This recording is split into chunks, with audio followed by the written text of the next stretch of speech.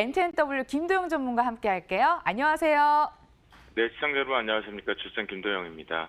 기록적인 하락장 속에서도 우리 SNS텍 신성통상이 하루 만에 6에서 10% 수익을 줬는데 그건 잠시 후에 듣고요. 시황 한번 체크를 도와드리도록 하겠습니다. 누누이 주요 지지선 이탈 이후 다시 올라올 것이다 라고 얘기를 하셨잖아요. 아직도 이탈할 지수가 남았나요? 제가 오늘 방송을 하면서 어디까지 다 말씀을 드려야 될지라는 고민이 됐습니다. 현재 시장은 진퇴양난을 벗어나서 첩산중이다라는 생각밖에 들지 않는데요. 앞에서 돌발적인 이슈가 또다시 한번 두 개가 나왔죠. 주봉상에 보시면 일단 코스닥에 대한 위험성이 하나 있기 때문에 먼저 말씀 좀 드리도록 하겠습니다. 보시면 확대되는 부분에서 이미 이탈 부분을 벌써 발생이 되었다라고 보실 수가 있겠고요. 그러면 이제 우리는 지지력에 대한 문제를 확인해 볼 필요가 있을 것 같은데요. 대략적으로 570마저도 깨졌다라는 부분까지 열어놓고 본다라면 이 부분이 월봉 쪽으로 넘어갔을 때 여러분과 저는 오늘 매우 중요합니다. 잠시 뒤에 코스피하고 선물지수 말씀 좀 드리겠지만 특히 코스닥 같은 경우는 아침 개파락이 발생이 될 때 552포인트를 깨고 내려올 경우에 정말 공포까지 하나 더 열어놓고 감안했을 때 이번 주 제가 월화가 매우 중요하다고 말씀 좀 드렸는데요. 520포인트까지 열어둘 수 있습니다. 제가 첨생법 통과가 결국 코스닥에 대한 불을 지필 것이다라고 말씀을 좀 드렸는데 완전히 묵혔죠. 그 이유는 돌발적인 신라전의 악재가 쏟아지면서 투자 심리가 완전히 신뢰도를 잃어버렸기 때문이니까요. 현재 기준점에서 오늘 같은 경우는 522포인트 이탈 여부까지 열어두셔야겠다라고 말씀 좀 드리겠고요. 그 다음에 코스피 쪽으로 넘어가다 보면 코스피 같은 경우도 실제적으로는 1960포인트 그리고 이번에 앞에서도 얘기를 해주셨는데요. 출연자분께서 이번 만기에 대한 포지션은 기관 쪽은 하방 배팅이 있었고 외국인마저도 하방 배팅이 되면서 공격적으로 지금 들어오고 있는 겁니다. 제가 지난 7월 23일 날 기준에서 시장을 조정으로 저는 올라가는 쪽쪽 현금 비중을 늘린다는 이유가 이 부분인데요. 1940포인트에 대한 강력한 브레이킹 이 걸려야 됨에도 불구하고 오늘 이 부분 갭 이탈할 것으로 판단이 됩니다. 그렇다고 한다면 이 부분이 일봉상으로 놓고 봤을 때 여기서 조금 더 열어놓고 판단을 해보실 필요가 있을 것 같은데요. 이미 보시면 일봉상에서 어디에 지지자리가 전혀 없다라는 것이 파악이 되고 계실 겁니다. 자, 이렇게 결정을 내보도록 하겠습니다. 코스피 시장 쪽에서는요. 1903포인트가 매우 중요할 것 같습니다. 자, 1903포인트 전까지 여러분들과 저는 지난 목요일부터 한 땀 한 땀 매수를 하고 있지만 대형주를 중심적으로 먼저 하겠다라고 했고 그 다음에 대형주가 비중이 완성이 되면 중소형주로 간다. 제가 MTNW 제 카페를 통해서도 실시간으로 들을 수 있는 것들은 댓글을 보내고 전체 문자도 보내드리고 있는데요. 여기 확인 사살 전까지는 추가 한 땀 한 땀 매수도 브레이크 걸도록 하겠습니다. 이유는요. 바로 코스닥 쪽까지 하나만 더 얘기하고 말씀 좀 드려보도록 하겠는데요. 코스닥 같은 경우는 제가 552포인트라고 설명을 드렸지만 이 부분은 오늘 이탈할 가능성이 너무 높기 때문에 500 대략적으로 26포인트까지는 열어놓고 가야 된다라고 설명을 드립니다. 그 이후의 핵심 포인트는 뭐냐? 제가 계속 환율 보자라고 말씀 좀 드렸습니다. 지난 금요일 날 환율이 문제가 생겼고 실제로 원달러 환율 추에서 문제가 생겼는데요. 어제 이 부분이 1121원 여기에서마저도 급등을 했습니다. 이 부분에 문제가 분명히 도래되고 있는 부분이기 때문에 위험성은 이미 발생이 되었다. 추가적으로 하락은 열어둬야 된다라는 거 공포를 드리려는 게 아니라 현명한 투자를 하자라는 겁니다. 아시겠죠? 그리고 위안화 부분에 대한 환율 조작국 지정이 결국은 나와버렸죠.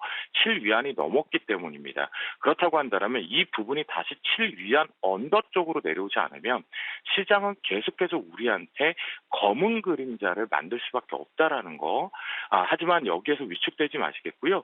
오늘 저는 개파락 부분에서 코스피 코스닥 모두 다 동반해서 개파락 이후에 시장에 대한 기관총 브레이크와 함께 사다의 논리 앞에서 PBR, PER 다 언급이 되고 있죠. 그 부분으로는 매수 타이밍을 잡을 수 있다라고 말씀을 좀 드려보도록 하겠고요. 네, 또 오늘 시장도 어려운데 스캔도 질투를 하나 봅니다. 자, 그러면 이제 필식 업종 쪽으로 넘어가 보도록 하겠습니다.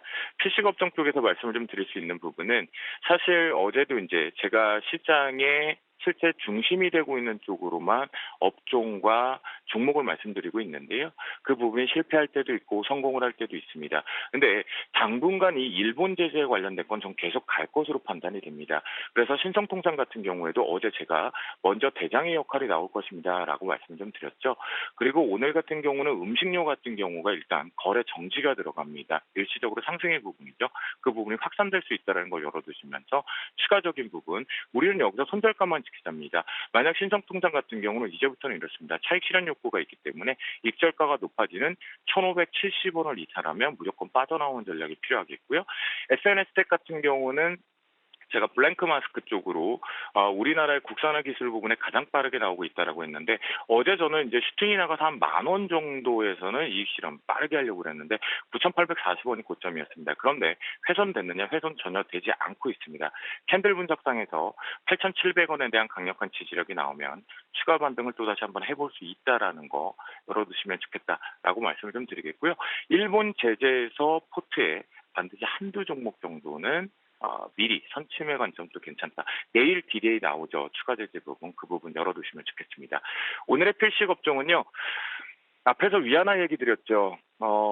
환율 전쟁까지 넘어가면 사실 우리나라 입장에서는 양쪽에서 완전히 고래 싸움을 새우등 터지는 꼴이 되거든요. 그 부분과 관련돼서 농산물에 대한 구매하지 않겠다.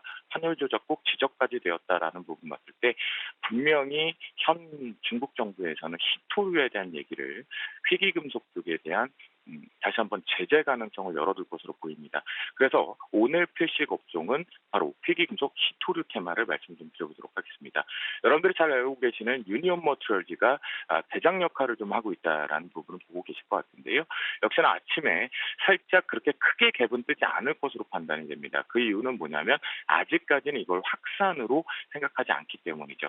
하지만 저는 이 부분을 미리 선침해 쪽으로 그냥 자신 있게 아침에 시세하고 상관없이 3,050원 아래쪽으로는 비중을 세워서 트레이딩 바이 쪽으로 가보도록 하겠는데요. 1차 목표가 같은 경우는 3,400원 돌파 여부를 한번 보자라고 말씀을 좀 드려보도록 하겠고요. 그리고 이제 유니온 머티리얼즈와 함께 또 유니온도 해당이 되겠죠. 이 부분 역시도 저는 트레이딩 쪽에서 5,000원 분명히 충분하게 뛰어넘는다라고 보는 관점이거든요. 역시나 유니온 같은 경우는 대장이 아니고 반사 부분이기 때문에 손절, 그러니까 이탈 부분의 히토류에 대한 테마가 만들어진다면 4,350원에 대한 이탈만 하지 않으면 된다. 이 부분 미중무역 정쟁의 강경책 부분에서 히토리를 보자라고 말씀 좀 드리겠고, 저는 사실 이 부분 속에서 그래도 기술력이 있고 사실 이 부분이 연구 자석 부분과 관련되어 있는 히토리의 장점 부분과 함께 또다시 실제로 차폐에 대한 효과를 인정받은 노바텍을 말씀 좀 드리고 싶습니다. 노바텍 같은 경우에도 역시나 잘 자리를 잡아서 가죠. 한 주당 거래 가격이 높기 때문에 유니온 머티리얼즈보다 탄력도가 떨어질 것이다라고 하시는데 그 부분은 생각지 않으셔도 됩니다. 이렇게 강하게 올라갔던 것도 이때의 끼가 바로 히토류 부분이었다라는 거죠. 그렇다고 한다면 2만 원대 돌파 여부 집중적으로 바라보시면 좋겠다라고 말씀 좀 드리겠고요. 만약 이 부분은 일본 제재까지 확산해서 국산화 부분으로 나간다면 앞으로는 17,000 이하 쪽에서는 분할 매수 관점도 가능하다라고 말씀을 드려보도록 하겠습니다. 오늘 히토류 부분 쪽을 좀 집중적으로 해보겠고요. 피식 종목 쪽에서 들어가는 것은 그래도 이 시장 속에서 수급적인 특징과 함께 앞으로 성장에 대한 부분에 한 땀 한 땀 저가 매수를 해볼 필요가 있지 않을까라는 생각에서 SK 네트워크스를 오늘의 피식 종목으로 가져왔습니다. 피식 종목의 SK 네트워크스는 AJ 렌트카를 인수하고 나서 이제 양광구도에서 독보적인 부분을 가져왔죠. 그런데 일회성 비용과 함께 프로모션 때문에 아직 실적에 대한 우회가 긍정적으로 턴어라운드가 되지는 못했다라는 부분입니다. 하지만 이 부분 시장 여파 때문에 만약에 5,200원대 이하 쪽으로 밀린다라고 한다면 저희는 저가 매수 부분에 한 땀 한 땀 매수, 분할 매수 철저하게 하셔야 됩니다. 지금 한 번에 5%, 10%가 아니라 1%, 2%, 3% 분할 매수를 하셔야 된다라는 관점으로 말씀 좀 드리겠고요. 강력한 지지역의 손절 라인은 5,000원만 지켜주면 되지 않을까라고 판단을 합니다.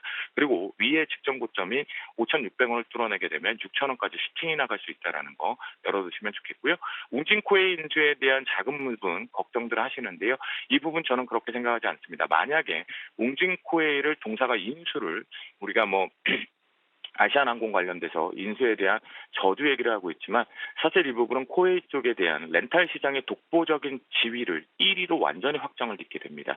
그렇다고 한다면 이제 스피드메이트와 SK네트워크스, DB를 가지고 추가적으로 실적을 가져갈 수 있는 부분이니까 현재 SK네트워크스 입장에선 싸다. 우리한테는 기회가 왔다라는 생각으로 대응해 보시면 좋지 않을까 싶습니다. 여러분 앞에서 상당히 위축되고 힘든 얘기를 드렸습니다. 공포의 자리도 드렸지만요. 그래도 이때 우리가 호랑이한테 물려가도 정신 바짝 차리면 이겨낼 수 있다라고 합니다. 여러분들과 제가 또다시 한번 외쳐보면서 마무리하도록 하겠습니다. 오늘도 필식!